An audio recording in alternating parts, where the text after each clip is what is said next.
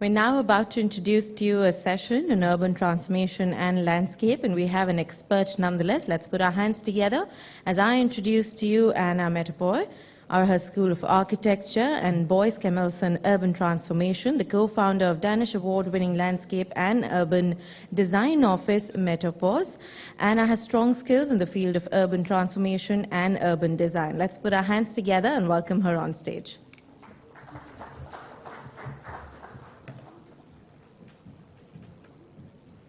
I think we should move people up. They're so far in the back. Please.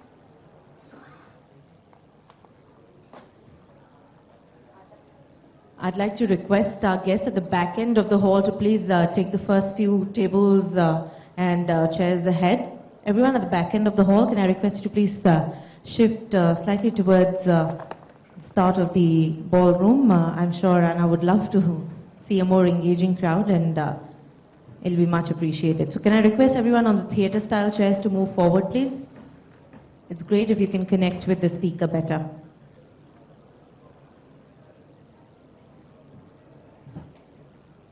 Everyone at the back end of the hall, if I can request you to move forward. We'll not be breaking for tea per se, but we'll be serving tea on your tables itself, so you can enjoy tea and, of course, get to know a lot more about landscape. Thank you. Appreciate. Anna, all yours. Okay. First of all, thank you very much for inviting me to this summit. I congratulate you and the sponsors and also the Economic Times for hosting such an important event. I find it very interesting and very inspiring that you gather people both from the profession, people from academia, and people concerned with the development, investors, to gather them together here to discuss the future of India. It's very important, and I congratulate you with this.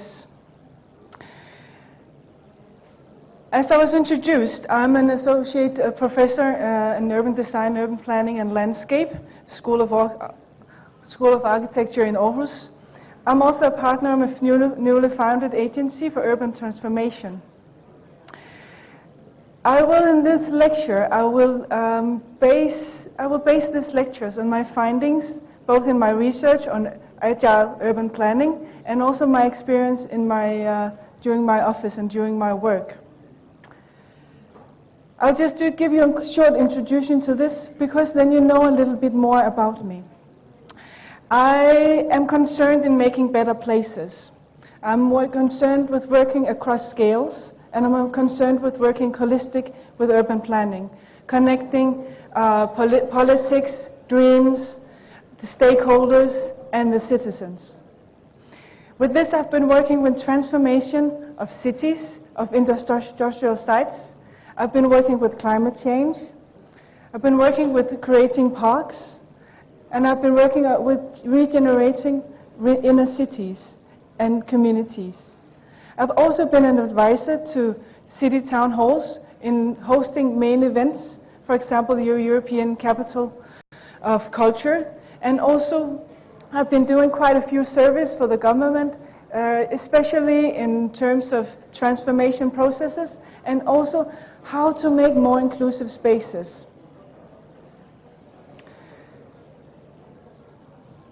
I will say this is my first time here in India.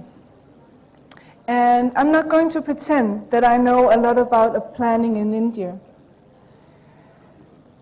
I know that you have huge challenges, and listening to the discussion just before was extremely inspiring.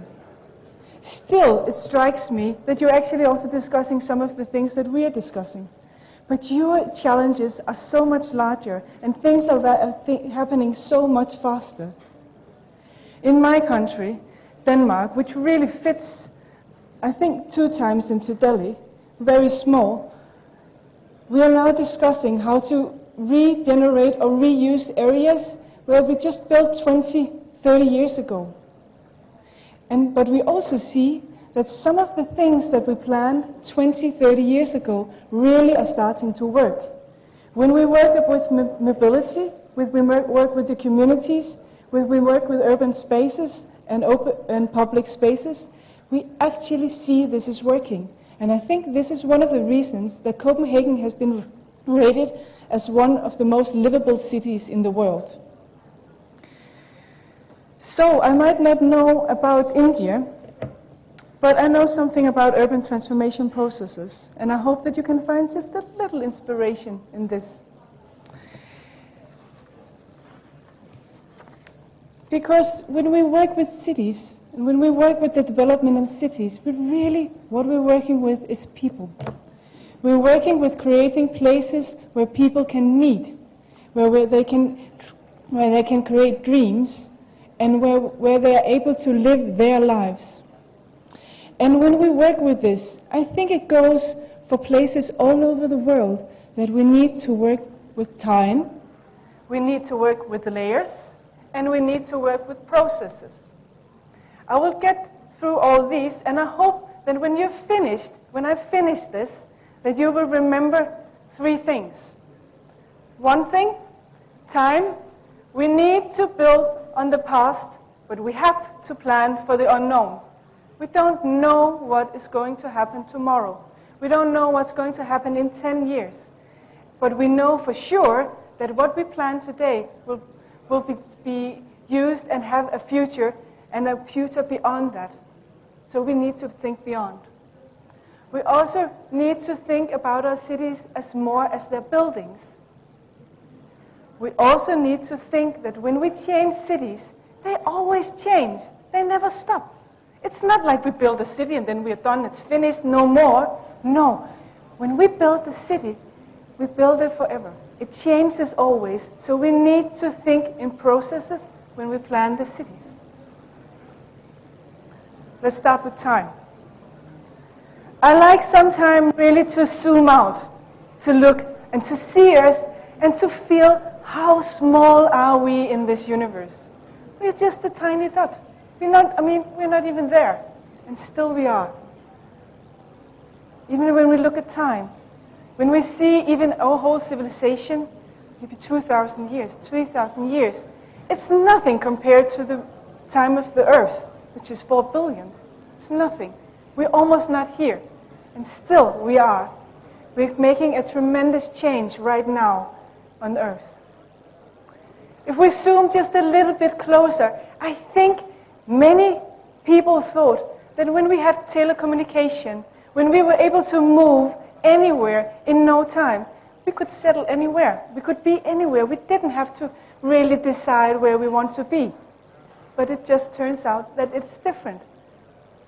We don't live everywhere. We live in the cities.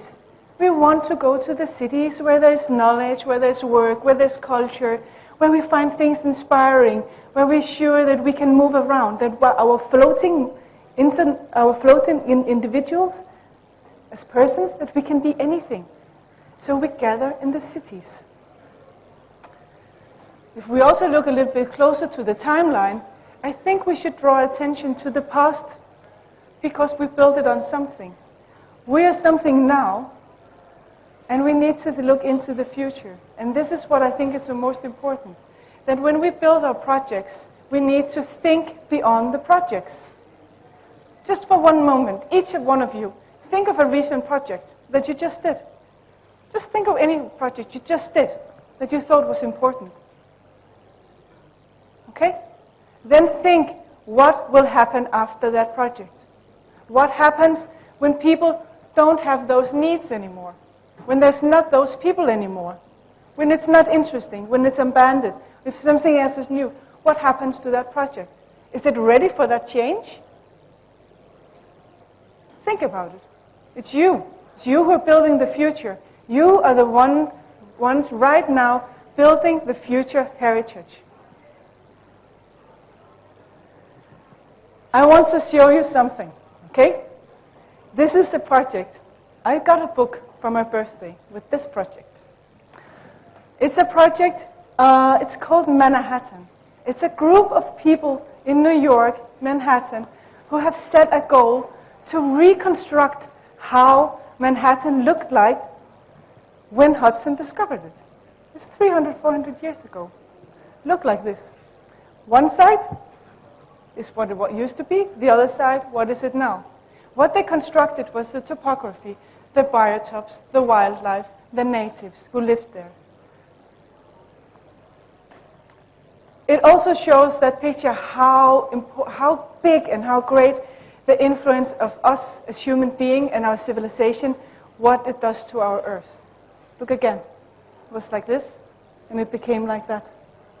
And this is why we have people from geology, scientists from geology, who don't think that we should call the eras something with minerals or anything else. No, they think it should be called the era of the Anthropocene. Because right now, what is influencing the most the planet is us. It's me, it's you, it's you. Okay? This is what is happening now. So what we see now is what has been foreseen for quite some years, at least 50, maybe 100 for the ones who are really good at looking into the future. We have the complete urbanization of society. Because urbanization is not just in the cities, it's in the rural areas as well. They are just as affected. And right now in Denmark, we're as much concerned to what happens in the rural areas as to what happens in the cities. Because the rural areas really are affected by the urbanizations as well. So when we talk about urbanization, we somehow see something like this is happening. We have something which was original land, and then we have the cities. Some people say, this is bad. We need to go back. We need to reverse the clock. We need to redo what we have done wrong. And then they show us pictures of the vernacular architecture. Of how, and they say, it was much better. We were much more adapted. It was much more human. We had the scale. But we cannot live like this anymore. And also, I think, when we talk about tradition, and I think it has been talked about so well today, we need to talk about more. Because think about a city. What is a city? What is a city? Is it buildings? Yes, very much. But it's so much more. And I think when we talk about tradition, we need to talk about all the layers. We need to talk about what we built the city on, the geology and the topography. Many cities have been chosen to be just there because it has the right geology and the right topography. Now we build cities where the airports are, or where the big infrastructure is. But it didn't used to be like that. We also have to look at the landscape, because the landscape is what we are being fed from. This is where we have our food production. And it's also where we, in a city, we have our parks, we have the places for the leisure, we have the places for breathing. And we also, this is part of our ecological system. We have the infrastructure. It's also part of the tradition. Actually, infrastructure, when we look at the maps of cities, and we go back, the infrastructure is usually what we see is the most consistent. Even cities that have been burned, been into war, when they're rebuilt, some of the old infrastructure is still used. But tradition and infrastructure is also related to habits. How do we use infrastructure? What do we think is an appropriate way to move around? How far are we willing to move? We need to talk about buildings. Of course, we need to talk about buildings and what we have lost because we were so inspired by technology. I think every time we see the air conditionings and all this mechanical ventilation, it's such a good example of that we could learn just to open the window. And this is one of the examples that have been brought forward so many times. And I was so happy to hear yesterday I was talking to someone here who said that we can build better buildings using the old technologies, because they're also technologies. Lastly, I want to draw the attention to people. We've been talking about people today, and many people have mentioned it. It's really what we build the cities for. We build the cities for people, and when we have to talk and transform cities and places, we also need sometimes to learn new habits. We also sometimes need to build new organizations to find new ways to talk to each other, to make a space for making the change. Cities don't make the change. They don't care. Really, they don't care. The cities don't care. People care. People make the changes. It's that easy. It's not complicated. It's easy. Let me show you an example on these two things. I'll just show you two. If you think about mobility, I teach, and I love to push my students. I want them to think, really, what could it be? I mean, how far can we push it? And really, often we find ourselves, we don't really get that far. The big utopias have been drawn, but we can still try. We can still do an effort. So I have a student here, and she thought, oh, wouldn't it be great if we could connect all the tall buildings in the cities, and we could walk from one to the other, and these corridors would be green, that we could grow food in them. I thought, this is really great. This is so inspiring. And then I thought, how can we use this? You know, we have places like this. This is the world. This is what it looks like. So when we think about this, we need to know that we are here now. And maybe we cannot go from this to this in one step. We might need to take smaller steps. And we need to incorporate the way the people used to move. And the way the infrastructure of the city used to be. I think that Bogota in Colombia, have any of you been there to Bogota? I haven't, unfortunately. I want to go. If anyone wants to invite me, I'll come, okay? But they have done quite an interesting way of transforming their public transport system. They were on the way to build very, very expensive transport systems. And sometimes these really are needed. You need to make a big step. But what they saw was that first we need to be able to move. So what they did, they created bus lanes, and this is known many places in the world. You probably have it in Delhi too. But they created bus lanes. So if you chose to take the public transport, you will get there faster. Also, it showed that we make a priority to the people who choose public transport. So it's more than just a functional thing. It's also a way of showing we appreciate you take the public transport, we put you into the priority. We have bicycles. They did that too. They started to make bicycle lanes, really pushed away the cars to make bicycle lanes. It's such an effort. And it really, you need to stand together politically to do this. Because so many people will tell you, it doesn't work. It doesn't function. We cannot move around like this. Denmark is so known for its bicycles. It's crazy. Everybody rides their bike. Even in the winter. I mean, you have the heat, we have the snow. We ride the bike in the snow. It's crazy. Stupid. We do it still. In Denmark, the bicycle lanes are cleared from snow before the car roads. The bicycle lanes are cleared before. Because we want to put priority to the bicycle lanes. It's healthy, it's better for the city. I don't think you know Denmark this well, but this is actually our Prime Minister. She uses the bike. She arrives to public functions by bike. Farming. Farming and food production is also one of those things that we have to deal with urbanization. It doesn't really mean that maybe we will not get food enough. There's not enough space to create food, but the food will be produced far away. So we need somehow to integrate farming and food production into our cities. Maybe you're doing it already. Are you doing it already? Are you doing it? Great, perfect. But when we think about introducing farming in our cities into big plateaus, you know, we have these great visions. We can just take one farm and we just put it on the roof and we make big roof and we can do the farming here. But still, again, the tradition is here. This is what we do. We need to, again, to make small steps. We need to integrate it into our daily lives.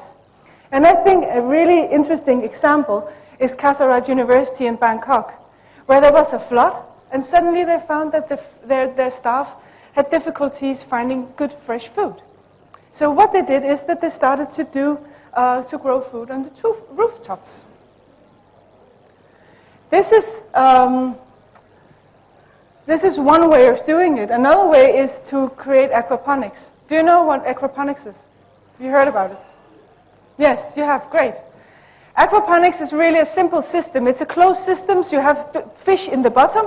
The fish is being fed. They make nutrient in the water. The water is transferred to the plants. The plants cleans the water and back again. It's really actually quite an efficient way to produce fish and vegetables. You can grow quite a bit. But what is interesting is, what if we can create situations where we put in food production together with our new development? When you start to draw a new university, I've heard that quite a few of you are drawing and building new university. Why not incorporate food production? If you do governmental buildings, why not incorporate food production in the public spaces? It's great. You have a place to talk about too. I could go through this really with all of these, but maybe if you just take a minute yourself to think about this way in terms of resources, in terms of housing, in terms of learning, in terms of waste or health, and also in terms of how to manage waste.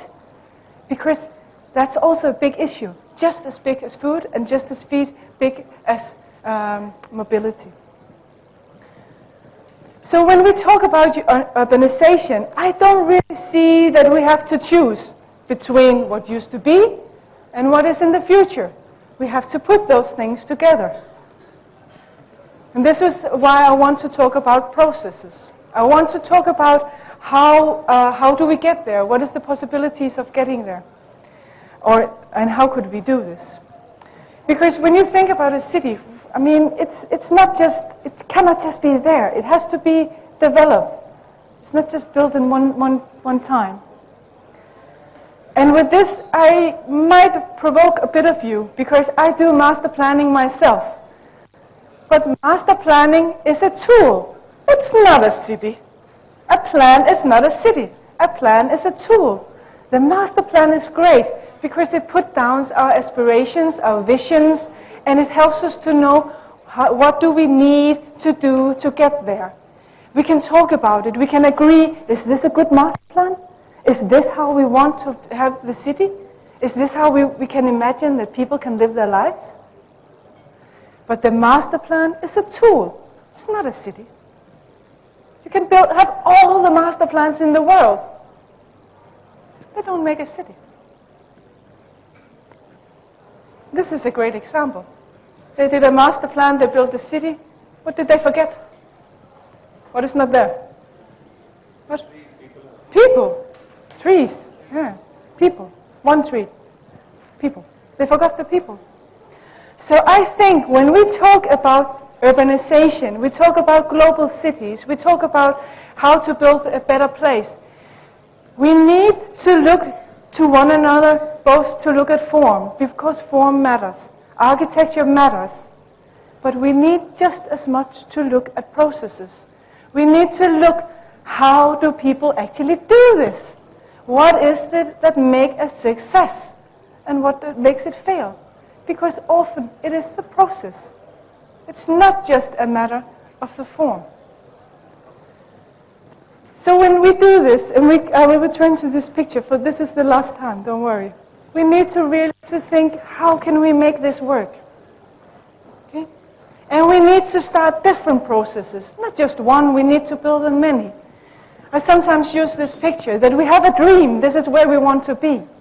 But we need to think, what are the kind of projects and processes that will make us get to that dream?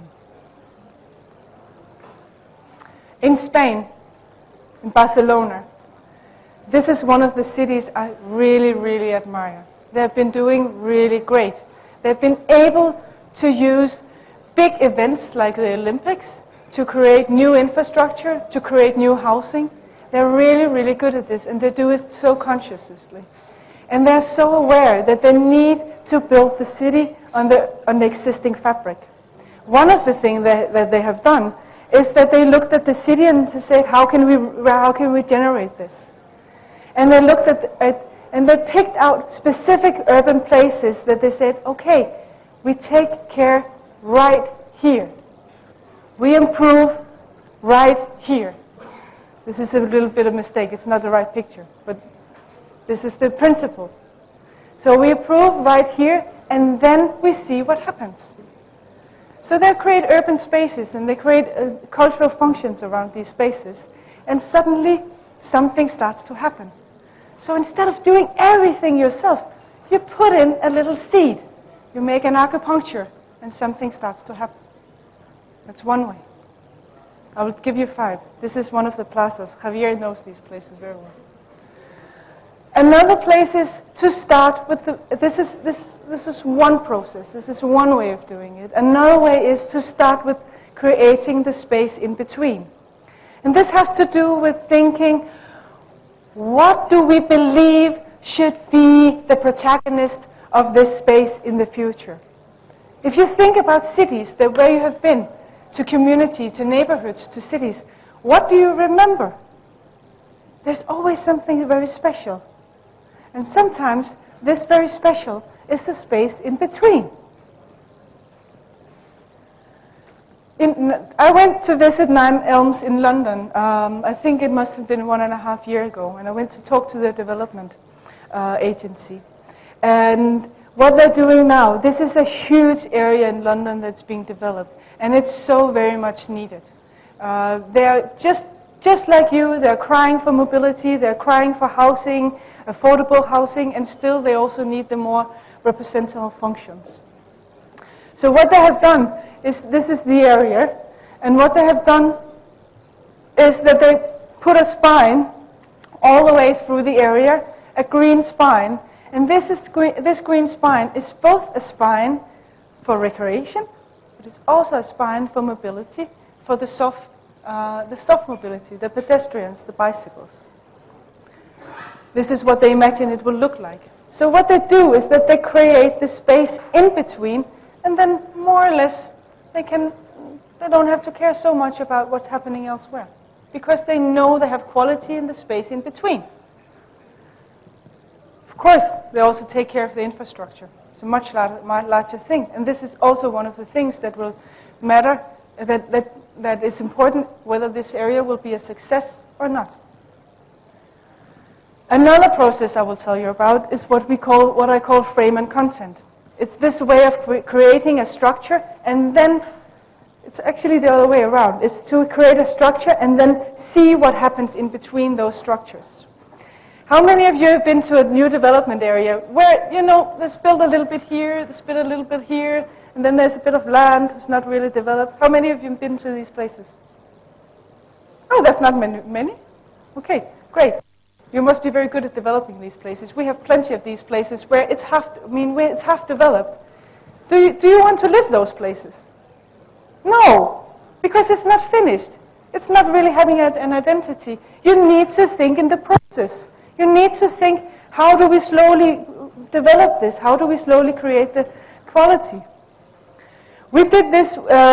This is a very small example. This is in Denmark again. It's very small. It's an industrial site. I think it's about 2 kilometers times 2 kilometers, something like this. But what we did is that, and I need to point here, is that we created a structure, this structure, and then we had created these plots. And we knew that it would take a long time before it would actually be completely developed. So in every plot, we made a program and a landscape architecture. Not expensive one, but one that made this a complete area. And then development, it didn't matter if it takes 50 years, 30 years, because the area is complete. It can be used the way it is. You can do it in another way. Create the structure and let people fill in the frame. This is just a different scale. Here you've created a structure, and the tenants, they just create their own buildings, their own flats, their own offices. Another way is to use mediators. It's this.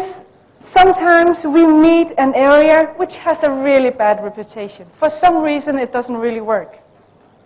It is talked bad about. Ruhr in Germany is a huge industrial area. It used to be a coal mining area. And it used to look like this. As I said, it's a huge area. The cities being here. I think this is about 200 kilometers. It's a very big area, especially in Europe.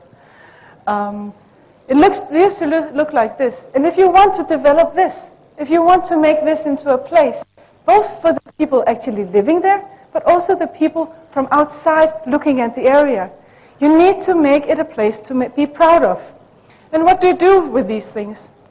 Well, you could remove everything. Well, we didn't have this history, we start from scratch. But they didn't. They did something really, really intelligent, I think.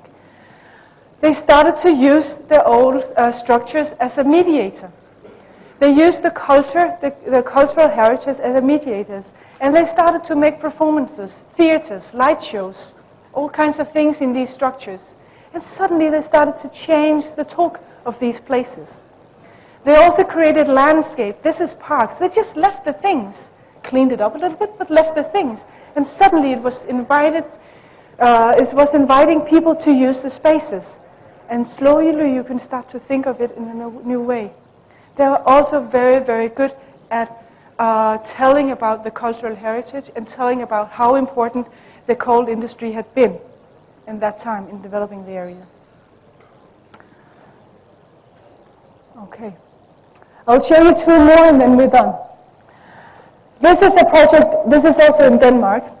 This is a harbor area. I think from on the length, it's probably something like 3 kilometers, something like that. This was a huge harbor area again. Again, we were in there. We had the challenge that we knew. We didn't really know. We knew that this was going to be developed, and we knew that it was going to happen. The investors were there. But we know by experience that yes, they're there, but yes, it takes more than 10 years before it's done. Okay? This is what happened in Europe much faster. So we started to say we create the landscape before we create the buildings. So we make an identity of small identities in the urban area that people can relate to. So in one area we made actually a swampland because the geology there was very wet. And we knew that we had also to deal with climate change, so it had to be able to take care of the water rising. So we started to create identities like this, ready to build on. So it is already a place when you build on it. And when you move in, you know it has an identity. You can be something there. Finally, and this is actually maybe even the most important, I want to talk to you about the process of a negotiation. And this is also because it has to do with tradition. And it has to do with the people. This was the layers I talked about. And the people who are relating to their place. When we talk about negotiation, I'm sure every one of you have been sitting in a room where you're negotiating. You're trying to get people together. It's so difficult. But when you succeed, the road is paved. When you negotiate with financial stakeholders, I think actually the thing that you can achieve in terms of shared investment, shared infrastructure, coordinated development plans, shared facilities, if you make it the goal that each investment, really each investment will gain more by collaborating, you can make people do it. But it has to be true. It cannot just be words. It really has to be true. We had a huge area had an area in Aalborg. It's not huge in the Indian side. It's huge in Danish side, where we had to do a competition. This is the inner city area. This here. This is an inner city area, and this was a development area that incorporated two other cities. And we knew that this we had a metro coming here. And we had also some very large investments around this metro. And what we did is that we spent some time talking to each one of them. What are their needs? How do they see their interest? And in the end, we managed to make a charter where they all signed with signature, we are going to work for this. And because that happened, we were able to make a common competition around the area. And this is what it actually looked like. It became a very green plan, and we had the infrastructure coming through. And they were all committed to actually developing it. And it's happening now. So suddenly they work together, and they see that their investment becomes more. So, today I talked about time, layers, and process. I talked about we need to build on past, plan for the unknown. I talked about city is more than its building, and transformation is a process of many stages. And then I'm thinking, when I was doing this, you're here in Delhi. You're working with a master plan. And I'm so curious to see how you're going to work with this. How is time going to influence this? What kind of processes are you going to use? And how do you use the different layers of the city to develop it? Thank you very much.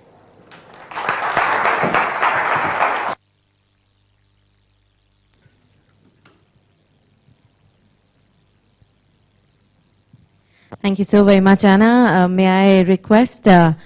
Rishi Kapoor from Team ET to please join us on stage and thank Anna for having joined us and to share how we can make our country better planned and, of course, using landscape and planning. Thank you so very much for joining us, Anna. An absolute pleasure indeed. Let's put our hands together. Thank you, Rishi. Thank you, Anna. May I request both of you to join us for a picture.